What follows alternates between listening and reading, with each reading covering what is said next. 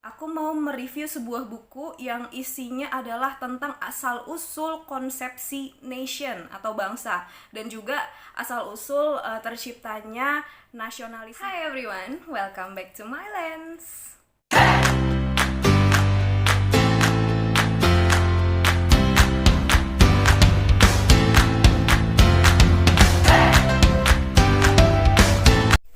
Di video yang lalu ada seorang sobat Mylens yang punya pertanyaan menarik nih teman-teman buat aku.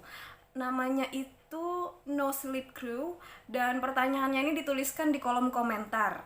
Kurang lebih gini pertanyaannya. Kalau mbaknya lebih ngerasa condong kemana nih orientasi filsafat politiknya? Fasisme, komunisme, libertarianisme, anarkisme, atau dan lain sebagainya? Nah, waktu itu aku ngejawab kalau aku nasionalis dengan kritisisme. Sebenarnya jawabanku ini nggak terlalu tepat menjawab pertanyaan yang diberikan gitu ya. Karena yang ditanya itu fasisme, komunisme, libertarianisme, dan yang lain-lain itu adalah sebuah paham politik atau sistem pemerintahan gitu ya, dan juga sosial ekonomi. Sementara nasionalisme itu lebih kepada rasa cinta terhadap tanah air, dan fasisme itu juga sebenarnya bentuk nasionalisme terhadap pemerintahan otoriter. Libertarianisme itu juga bentuk nasionalisme terhadap bentuk pemerintahan yang liberal begitu ya. Jadi sampai di sini teman-teman nangkep ya kenapa aku bilang jawabanku tuh sebenarnya nggak menjawab pertanyaan. Lebih tepat kalau aku bilang aku Pancasilais karena itu menunjukkan nasionalismeku terhadap NKRI.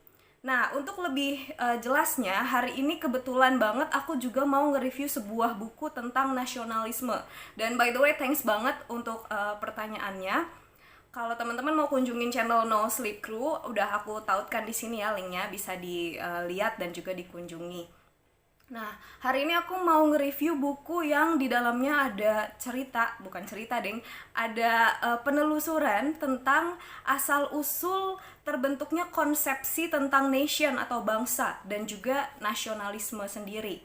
Nah, seperti apa sih bukunya? Daripada kita semua terus penasaran, langsung aja kita simak yuk, because reading can change your life.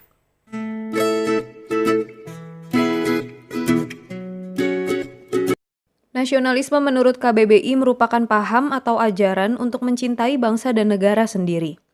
Paham ini tumbuh seiring dengan terbentuknya suatu konsep tentang nation atau bangsa yang diciptakan dan disepakati bersama berdasarkan kesamaan cita-cita atau perasaan sepenanggungan di masa lampau. Konsep nasionalisme Indonesia misalnya, tumbuh oleh karena adanya perasaan sepenanggungan pada masa kolonialisme. Menurut Benedict Anderson, seorang ahli di bidang ilmu politik, antropologi sekaligus sejarah, nation atau bangsa adalah sebuah komunitas imajiner. Dalam karyanya yang ia beri judul Imagined Community atau komunitas imajiner ini, Anderson memaparkan penelitiannya tentang asal mula terbentuknya sebuah nasionalisme dari sudut pandang ilmu antropologi, dengan melibatkan pengamatan politik dan sejarah juga tentunya. Tujuan dari ditulisnya buku ini adalah untuk menawarkan interpretasi atau penafsiran yang lebih memuaskan tentang nasionalisme. Sebab menurutnya, berdasarkan keterangan para pengamat politik dan sejarah, pemahaman tentang nasionalisme yang berkembang saat ini mengandung anomali. Para pemikir dan perumus teori tentang nasionalisme seringkali kebingungan dengan 3 paradoks berikut. Paradoks yang pertama adalah tentang kemunculan konsepsi bangsa atau nation. Para sejarawan memandang konsepsi tentang nation ini sebagai sesuatu yang baru muncul pada era modern. Pandangan ini bertentangan dengan yang dimiliki kaum nasionalis sebab menurut mereka, nasionalisme atau rasa cinta terhadap tanah air memiliki akar sejarah yang panjang dan telah ada bahkan sejak masa kerajaan kuno. Paradoks kedua tentang universalitas konsep nasionalisme dalam bidang sosiokultural yang bertentangan dengan partikularitasnya dalam manifestasi konkret.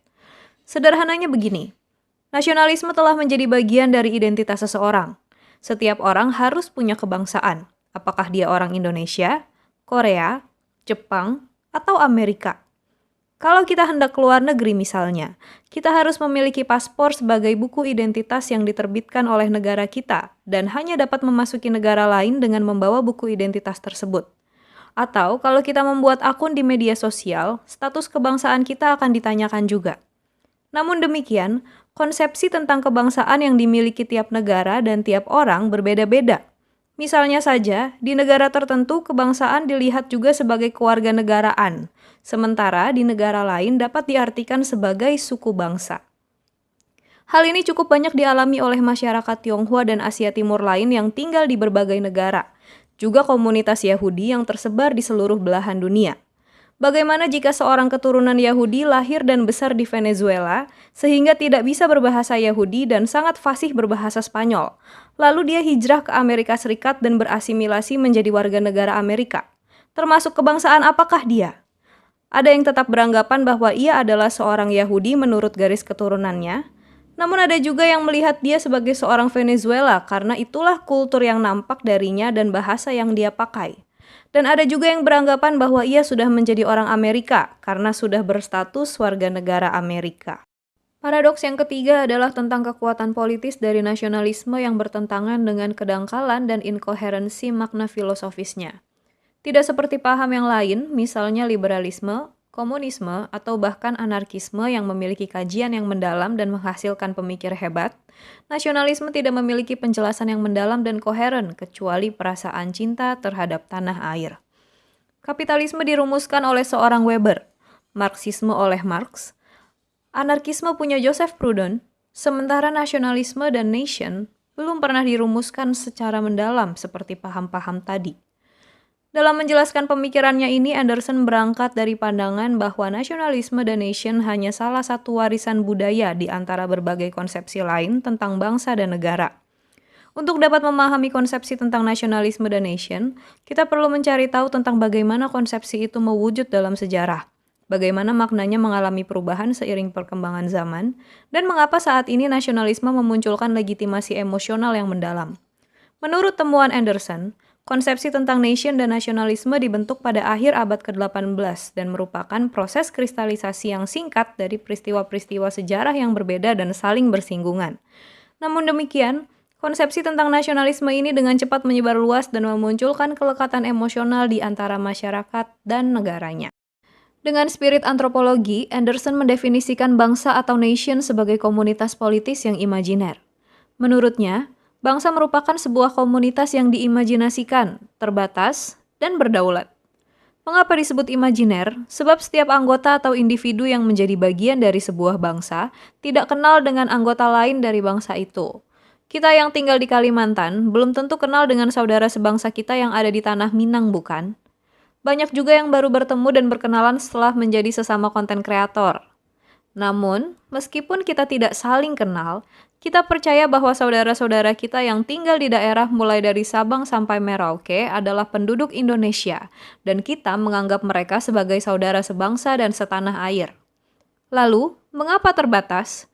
Sebab bangsa terbesar, bahkan yang jumlahnya miliaran sekalipun, memiliki batas yang memisahkannya dengan bangsa lain. Tidak seperti agama yang punya cita-cita untuk mengonversi seluruh dunia menjadi penganut agama tertentu, tidak ada bangsa yang bercita-cita untuk menjadikan seluruh dunia menjadi bangsa tertentu. Dan mengapa berdaulat? Sebab konsepsi tentang nasionalisme lahir pada masa pencerahan, yakni ketika masa kejayaan kerajaan dan pemerintahan hierarkis yang dibentuk atas restu lembaga keagamaan mulai berakhir. Dulu, para raja harus diangkat dalam sebuah upacara pengangkatan oleh pemimpin agama, dan mereka disumpah di hadapan Tuhan dan rakyatnya untuk menjalankan tampuk pemerintahan dengan baik. Sekarang ini, otoritas keagamaan tidak lagi mempengaruhi pemerintahan suatu bangsa, sehingga akhirnya kedaulatan menjadi milik negara dan rakyat. Dengan pemahaman mengenai nation atau bangsa ini, kita dapat berkaca dan berefleksi bahwa negeri kita, Indonesia, memang lahir bukan karena kesamaan suku, bangsa, ras, bahasa, bahkan agama para penduduknya, melainkan kesamaan cita-cita untuk hidup sebagai sebuah bangsa yang merdeka. Negeri kita, Indonesia, memang adalah sebuah komunitas yang diimajinasikan atau dimimpikan oleh para pendahulu kita untuk menjadi sebuah bangsa yang merdeka dan bersatu di tengah segala keberagaman. Ada banyak perbedaan yang kita miliki dan itu menjadi kekayaan bagi bangsa kita. Jangan sampai perbedaan itu memecah belah, melainkan pandanglah itu sebagai kekayaan dan keistimewaan. Sebab bukan tidak mungkin apa yang tidak ada di dalam budaya suku kita, ada di suku lain, dan kita bisa saling melengkapi. Selain itu, kita juga perlu menghargai keberadaan bangsa-bangsa lain. Sebagaimana dulu kita memimpikan kemerdekaan dan kini meraihnya, bangsa lain juga punya mimpi bagi dirinya sendiri dan kita patut menghargainya. Dengan demikian, kita telah menjadi bangsa yang bersahabat dan turut berkontribusi dalam mewujudkan perdamaian dunia. Itu tadi review bukunya teman-teman.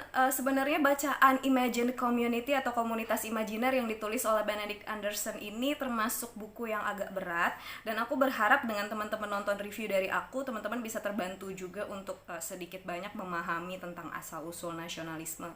Dan Benedict Anderson ini pernah tinggal juga di Indonesia. Beliau baru meninggal tahun 2015 dan karyanya ini termasuk dalam karya yang berkontribusi besar di dalam dunia politik dan kenegaraan. Karena dari karyanya ini ada banyak orang yang akhirnya punya sudut pandang antropologis specifically tentang bagaimana sih terbentuknya konsepsi tentang kebangsaan dan nasionalisme.